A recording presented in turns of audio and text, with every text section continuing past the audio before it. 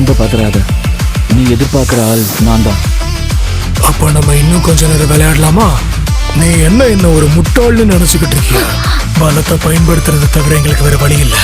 சரி, என் வன்முறைக்கு முன்னாடி நீ மண்டி போட்டுதான் ஆகணும். இப்போ நீ இங்க இருந்து எப்படி வெளியே போறன்றத பாக்குற. நீ யாருன்னு காட்டு. உங்ககிட்ட ஒரே ஒரு சின்ன கேள்வி மட்டும்தான் இருக்கு. இன்னும் நிறைய பேரை வர வச்சிருந்துருக்கலாமே. ஏன்னா நீங்க 4 பேர் மட்டும் நினைச்சா என்னை தடுத்துட முடியாது.